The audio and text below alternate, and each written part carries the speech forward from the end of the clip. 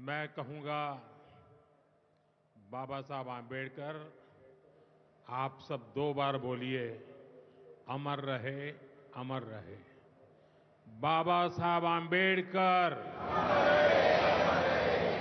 बाबा साहब आंबेडकर, बाबा साहब आंबेडकर। हरियाणा के मुख्यमंत्री श्रीमान नायब सिंह सैनी जी, केंद्रीय मंत्रिमंडल के मेरे साथी श्रीमान मुरलीधर मोहोल जी, हरियाणा सरकार के सभी मंत्रीगण, सांसद और विधायकगण और मेरे प्यारे भाई और बहनों, मारे हरियाणा के धाकड़ लोगों ने राम राम।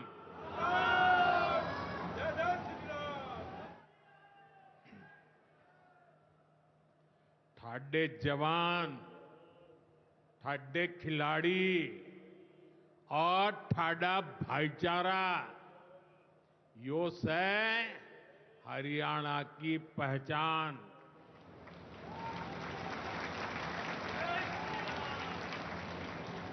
लावणी के इस अति व्यस्त समय में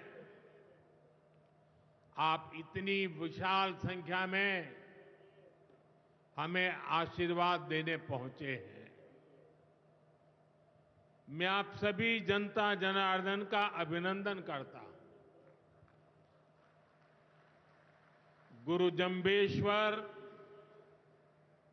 महाराजा अग्रसेन और अग्रोहा धाम को भी श्रद्धापूर्वक नमन करता हूं।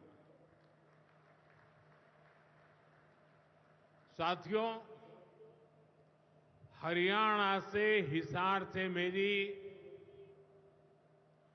कितनी ही यादें जुड़ी हुई है। जब भारतीय जनता पार्टी ने मुझे हरियाणा की जिम्मेदारी दी थी, तो यहां अनेक साथियों के साथ मैंने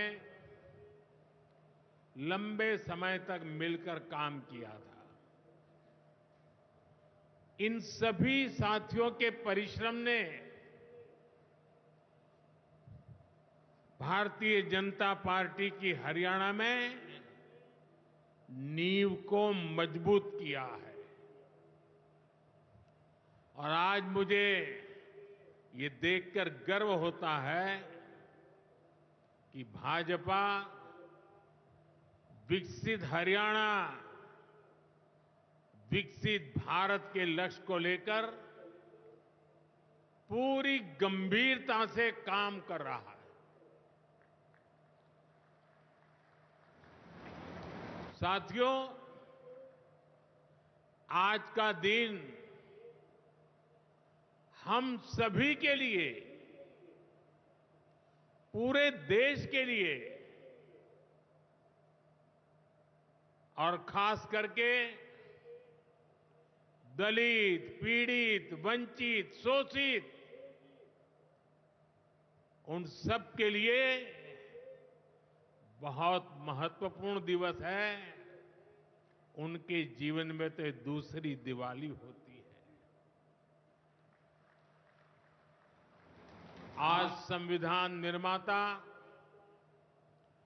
बाबा साहब आंबेडकर की जयंती है। उनका जीवन, उनका संघर्ष, उनका जीवन संदेश हमारी सरकार की 11 साल की यात्रा का प्रेरणा स्तंभ बना है। हर दिन, हर फैसला, हर नीति बाबा साहब आंबेडकर को समर्पित है। वंचित, पीड़ित, शोषित, गरीब, आदिवासी, महिलाएं, इनके जीवन में बदलाव लाना, इनके सपनों को पूरा करना, ये हमारा मकसद है। इसके लिए निरंतर विकास, तेज विकास, और यही भाजपा सरकार का मंत्र है। साथियों, इसी मंत्र पर चलते हुए आज हरियाणा से अयोध्या धाम के लिए फ्लाइट शुरू हुई है। यानी अब श्री कृष्ण जी की पावन भूमि हरियाणा प्रभु राम की नगरी से सीधे जुड़ गई है।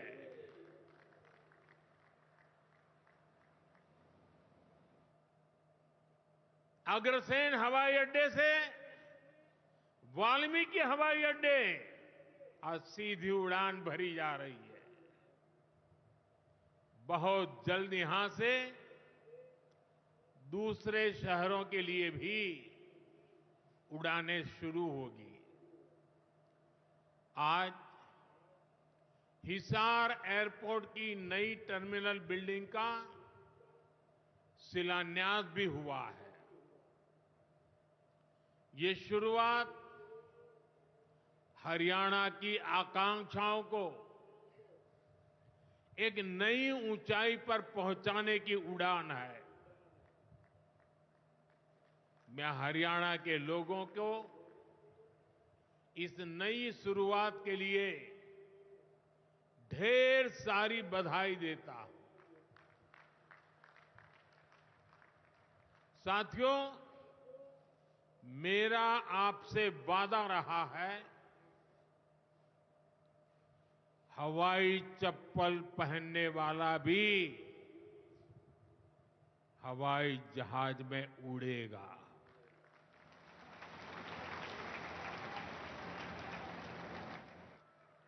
और ये वायदा हम देश में चारों तरफ पूरा होता देख रहे हैं। बीते 10 सालों में करोड़ों भारतीयों ने जीवन में पहली बार हवाई सफर की है। हमने वहां भी नए एयरपोर्ट बनाए, जहां कभी अच्छे रेलवे स्टेशन तक नहीं थे।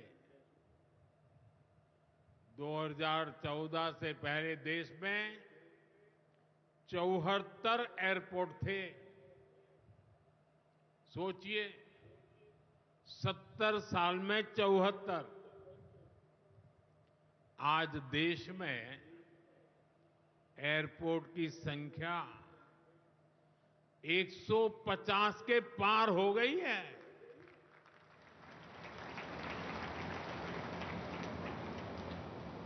देश के करीब 90 एरोड्रम उड़ान योजना से जुड़ चुके हैं।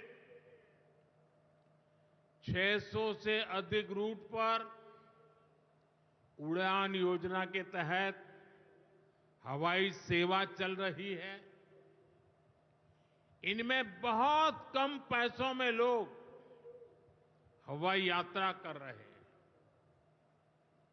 और इसलिए आज हर साल हवाई यात्रा करने वालों का नया रिकॉर्ड बन रहा है।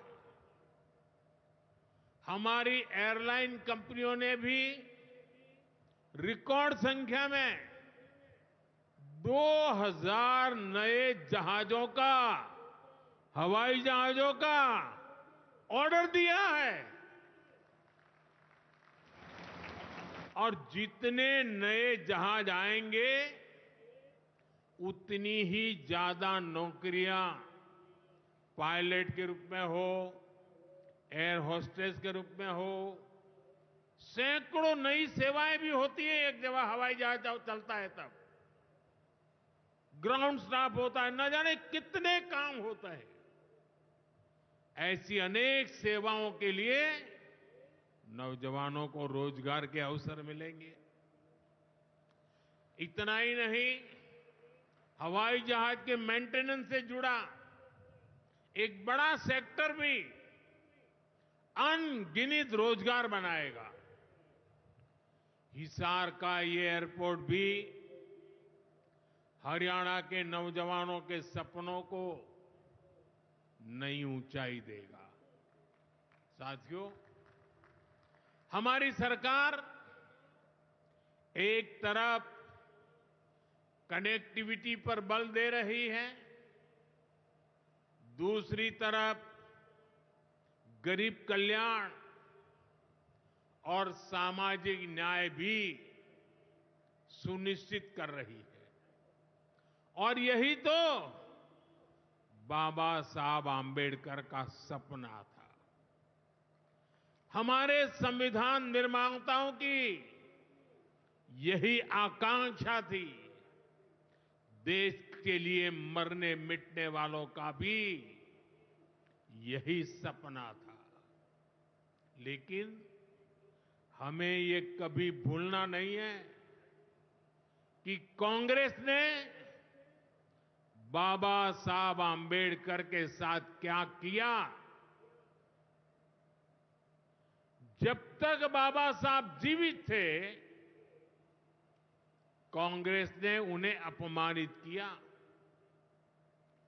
दो बार उन्हें चुनाव हरवाया। कांग्रेस की पूरी सरकार उनको उखाड़ फेंकने में लगी थी। उनको सिस्टम से बाहर रखने की साजिश की गई। जब बाबा साहब हमारे बीच नहीं रहे तो कांग्रेस ने उनकी याद तक मिटाने की कोशिश की। कांग्रेस ने बाबा साहब के विचारों को भी हमेशा के लिए खत्म कर देना चाहा। डॉक्टर अंबेडकर संविधान के संरक्षक थे। कांग्रेस संविधान की भक्षक बन गई है। डॉक्टर अंबेडकर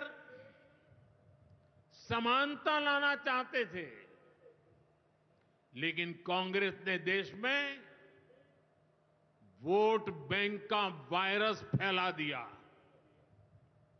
साथियों, बाबा साहब चाहते थे कि हर गरीब, हर वंचित गरिमा से जी सके, सर ऊंचा करके जिए, वो भी सपने देखें, अपने सपने पूरे कर सके। लेकिन कांग्रेस ने एससी, एसटी, ओबीसी को सेकंड क्लास सिटीजन बना दिया। कांग्रेस के लंबे शासनकाल में कांग्रेस के नेताओं के घर में स्विमिंग पूल तक पानी पहुंच गया, लेकिन गांव में नल से जल नहीं पहुंचा। आजादी के 70 साल बाद भी गांवों में सिर्फ 16% घरों में नल से जल आता था। सोचिए, 100 घर में से 16 घर में। इससे सबसे ज्यादा प्रभावित कौन थे? इससे एससी, एसटी, ओबीसी सबसे ज्यादा प्रभावित थे।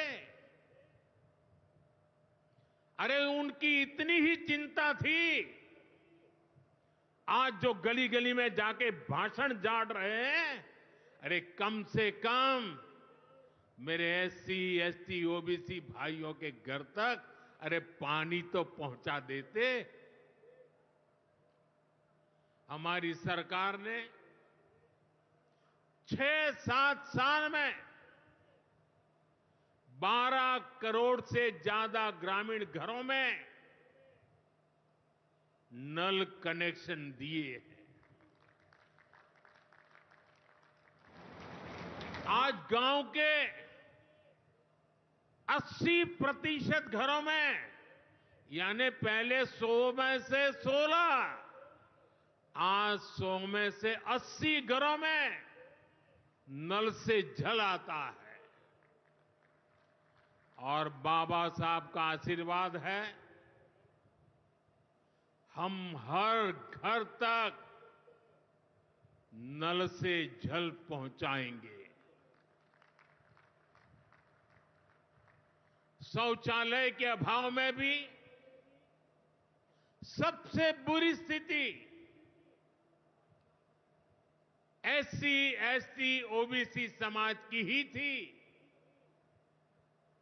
हमारी सरकार ने 11 करोड़ से ज्यादा शौचालय बनवाकर वंचितों को गरिमा का जीवन दिया है। साथियों, कांग्रेस के जमाने में एससी, एसटी, ओबीसी के लिए बैंक का दरवाजा तक नहीं खुलता था। बीमा, लोन, मदद, ये सारी बातें सब सपना था। लेकिन अब जनधन खातों के सबसे बड़े लाभार्थी मेरे एससी, एसटी, ओबीसी के भाई बहन हैं। हमारे एससी, एसटी, ओबीसी भाई बहन आज गर्व से जेब में से रुपए कार्ड निकाल करके दिखाते हैं। जो अमीरों के जेब में कभी रुपए कार्ड हुआ करते थे, वो रुपए कार्ड आज मेरा गरीब दिखा रहा है। साथियों, कांग्रेस ने हमारे पवित्र संविधान को सत्ता हासिल करने का एक हथियार बना दिया। जब जब कांग्रेस को सत्ता का संकट दिखा, उन्होंने संविधान को कुचल दिया। कांग्रेस ने आपातकाल में संविधान की स्पिरिट को कुचला, ताकि जैसे तैसे सत्ता बनी रहे। संविधान की भावना है कि सबके लिए एक जैसी नागरिक संहिता हो, जिसे मैं कहता हूं सेक्युलर सिविल कोड। लेकिन कांग्रेस ने इसे कभी लागू नहीं किया। उत्तराखंड में भाजपा सरकार आने के बाद सेक्युलर सिविल कोड, समान नागरिकता संहिता, ये लागू हुई। डंकी की चोट पर लागू हुई। और देश का दुर्भाग्य देखिए, संविधान को जेब में लेकर के बैठे हुए लोग, संविधान पर बैठ गए हुए लोग, ये कांग्रेस के लोग उसका भी विरोध कर रहे हैं। साथियों, हमारे संविधान ने एससी, एसटी, ओबीसी के लिए आरक्षण का प्रावधान किया, लेकिन कांग्रेस ने उनको आरक्षण पहुंचा कि नहीं पहुंचा, उनके बच्चों को शिक्षा के लिए सुविधाएं प्रारंभ मिलना शुरू हुआ कि नहीं हुआ? एससी, एसटी, ओबीसी के कोई व्यक्ति अधिकार से वंचित तो नहीं रह गए? उसकी कभी परवाह नहीं की। लेकिन राजनीतिक खेल खेलने के लिए कांग्रेस ने बाबा साहब आंबेडकर ने जो सपना देखा था, सामाजिक न्याय के लिए संविधान में जो व्यवस्था की थी, उसको भी पीठ में छुरा भोंककर उस संविधान के उस प्रावधान को तुष्टीकरण का माध्यम बना दिया।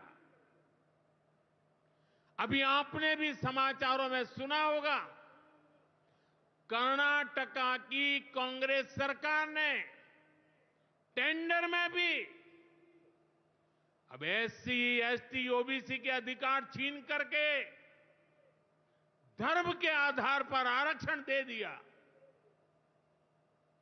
जबकि संविधान में बाबा साहब आंबेडकर ने साफ साफ शब्दों में चर्चा में कहा था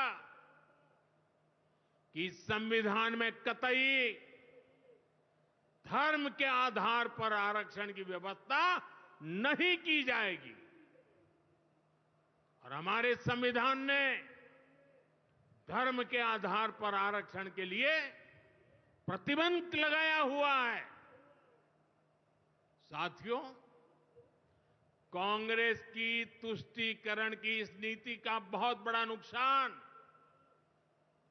मुस्लिम समाज को भी हुआ है। कांग्रेस ने सिर्फ कुछ कट्टरपंथियों को ही खुश किया है, बाकी समाज बेहाल रहा, अशिक्षित रहा, गरीब रहा। कांग्रेस की इस कुनीति का सबसे बड़ा प्रमाण वक्फ कानून है। देश आजाद होने के बाद 2013 तक वक्फ का कानून चलता था, लेकिन चुनाव जीतने के लिए, तुष्टीकरण की राजनीति के लिए, वोट बैंक की राजनीति के लिए 2013 के आखिर में, आखिरी सत्र में कांग्रेस ने इतने सालों तक चल रहे वक्फ के कानून में आनन फानन संशोधन कर दिया ताकि चुनाव में वोट पा सके। वोट बैंक को खुश करने के लिए इस कानून को ऐसा बना दिया कि बाबा साहब आंबेडकर के संविधान की ऐसी की तैसी, संविधान से ऊपर कर दिया। ये बाबा साहब का सबसे बड़ा अपमान का काम था। साथियों, ये कहते हैं कि उन्होंने मुसलमानों के हित में किया। मैं जरा ऐसे सभियों से पूछना चाहता हूं, वोट बैंक के भूखे इन राजनेताओं से कहना चाहता हूं, अगर सच्चे अर्थ से आपके दिल में मुसलमानों के लिए थोड़ी भी हमदर्दी है तो कांग्रेस पार्टी अपने पार्टी के अध्यक्ष मुसलमान को बनाए। क्यों नहीं बनाते भाई? संसद में टिकट देते हैं, 50% मुसलमानों को दो, जीत करके आएंगे तो अपनी बात बताएंगे। लेकिन ये नहीं करना है। कांग्रेस में तो कुछ नहीं देना है। देश के नागरिकों के अधिकारों को छीनना और देना, इनकी नीयत किसी का भी भला करने की कभी नहीं रही, मुसलमानों का भला करने की भी नहीं रही। यही कांग्रेस की अच्छी सच्चाई है। साथियों, वक्फ के नाम पर लाखों हेक्टेयर जमीन पूरे देश में है। इस जमीन, इस प्रॉपर्टी से गरीब का, बेसहारा महिलाओं बच्चों का भला होना चाहिए था। और आज ईमानदारी से उसका उपयोग हुआ होता तो मेरे मुसलमान नौजवानों को साइकिल के पंक्चर बना करके जिंदगी नहीं गुजारनी पड़ती। लेकिन इससे मुट्ठी भर भू माफिया का कोई भला हुआ। पसमानदा मुस्लिम इस समाज को कोई फायदा नहीं हुआ। और ये भूमाफिया किसकी जमीन लूट रहे थे? ये दलित की जमीन लूट रहे थे, पिछड़ों की जमीन लूट रहे थे, आदिवासी की जमीन लूट रहे थे, विधवा महिलाओं की संपत्ति लूट रहे थे।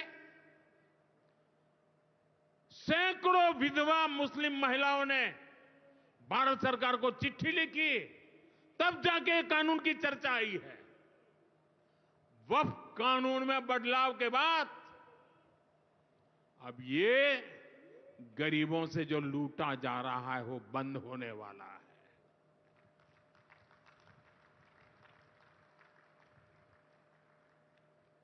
और सबसे बड़ी बात, हमने एक बहुत बड़ा जिम्मेदारीपूर्ण महत्वपूर्ण काम किया है। हमने इस वक्फ कानून में एक और प्रावधान किया है। अब नए कानून के तहत, वक्फ के कानून के तहत किसी भी आदिवासी की जमीन को हिंदुस्तान के किसी भी कोने में आदिवासी की जमीन को, उसके घर को, उसकी संपत्ति को ये वक्फ बोर्ड हाथ भी नहीं लगा पाएगा।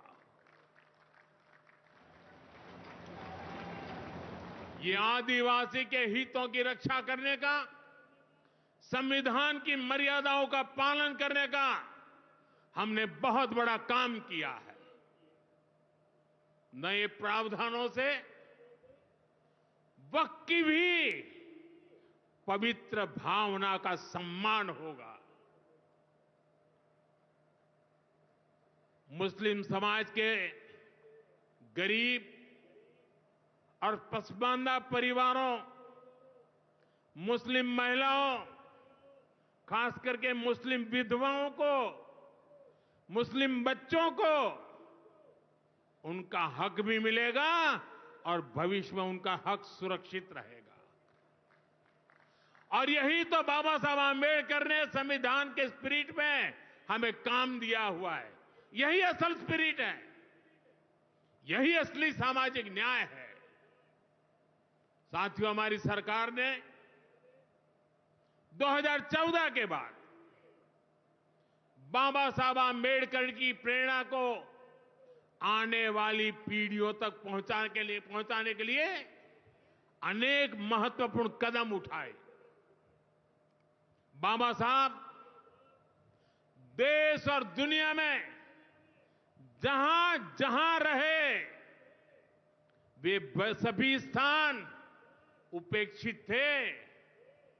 जो संविधान के नाम पर अपनी राजनीतिक रोटी सेकने के लिए निकले हैं, उन्होंने बाबा साहब से जुड़े हुए हर स्थान का अपमान किया, इसे इतिहास से मिटाने का प्रयास किया।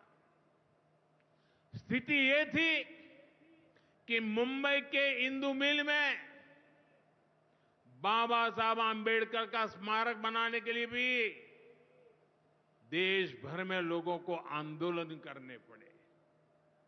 हमारी सरकार ने आते ही इंदु मिल के साथ साथ बाबा साहब आंबेडकर की महू की जन्मभूमि हो, बाबा साहब आंबेडकर जी की लंदन की शिक्षा भूमि हो, दिल्ली में उनकी महापरिनिर्वाण स्थली हो, या फिर नागपुर की दीक्षा भूमि हो, हमने सभी का विकास किया, इनको पंच तीर्थ के रूप में विकसित किया है। मेरा सौभाग्य है कि कुछ दिन पहले ही मुझे दीक्षा भूमि में जाकर, नागपुर जाकर बाबा साहब को नमन करने का अवसर मिला। साथियों, कांग्रेस के लोग सामाजिक न्याय की बड़ी बड़ी बातें करते हैं, लेकिन हमें ये भी याद रखना है कि कांग्रेस ने बाबा साहब आंबेडकर और चौधरी चरण सिंह जी, इन दोनों महान सपूतों को भारत रत्न नहीं दिया था। बाबा साहब आंबेडकर को भारत रत्न तब मिला जब केंद्र में भाजपा के समर्थन वाली सरकार बनी। वहीं हमें गर्व है कि भाजपा की ही सरकार ने चौधरी चरण सिंह जी को भी भारत रत्न दिया है। साथियों, सामाजिक न्याय के, गरीब कल्याण के पथ को हरियाणा की भाजपा सरकार भी निरंतर सशक्त कर रही है। सरकारी नौकरियां की भी हरियाणा में क्या हालत थी, आप सबको पता है। यूं किया करते, जे नौकरी लागणी है तो किसी नेता के गैल हो ले, और न तो रुपया ले आ, बापू की जमीन और मां के तो जेवर भी बिक जाया करते। मुझे खुशी है कि नायब सिंह सैनी जी की सरकार ने कांग्रेस की इस बीमारी का इलाज कर दिया।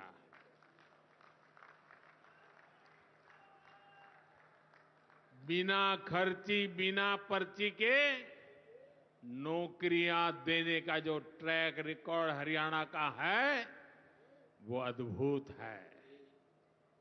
और मुझे गर्व है कि मुझे ऐसे साथी मिले हैं, ऐसी साथी सरकार मिली है। यहां के 25,000 नौजवानों को सरकारी नौकरी ना मिले, इसके लिए कांग्रेस ने एड़ी चोटी का जोर लगा दिया था। लेकिन इधर मुख्यमंत्री नायब सैनी जी ने शपथ ली, उधर हजारों युवाओं को नियुक्ति पत्र जारी कर दिए गए। ये है भाजपा का, सरकार का सुशासन। और अच्छा ये है कि नायब सिंह सैनी जी की सरकार आने वाले वर्षों में हजारों नई नौकरियों का रोड मैप बना करके चल रही है। साथियों, हरियाणा वो प्रदेश है जहां बहुत बड़ी संख्या में युवा सेना में जाकर देश की सेवा करते हैं। कांग्रेस ने तो वन रैंक वन पेंशन को लेकर भी दशकों तक धोखा ही दिया। ये हमारी सरकार है जिसने वन रैंक वन पेंशन योजना लागू की। अब तक हरियाणा के पूर्व फौजियों को भी ओआरओपी के वन रैंक वन पेंशन के 13,500 करोड़ रुपए, 13,500 करोड़ रुपए दिए जा चुके हैं। आपको याद होगा, इसी योजना पर झूठ बोलते हुए कांग्रेस सरकार ने पूरे देश के फौजियों के लिए सिर्फ 500 करोड़ रुपए का प्रावधान किया था। अब आप सोचिए, अकेले हरियाणा में 13,500 करोड़, और कहां 500 करोड़, कैसी आंख में धूल डालने की प्रवृत्ति थी। कांग्रेस किसी की सगी नहीं है, वो सिर्फ सत्ता की सगी है। वो ना दलितों की सगी है, न पिछड़ों की सगी है, न मेरे देश की माता बहन बेटियों की सगी है, और न ही वो मेरे फौजियों की सगी है।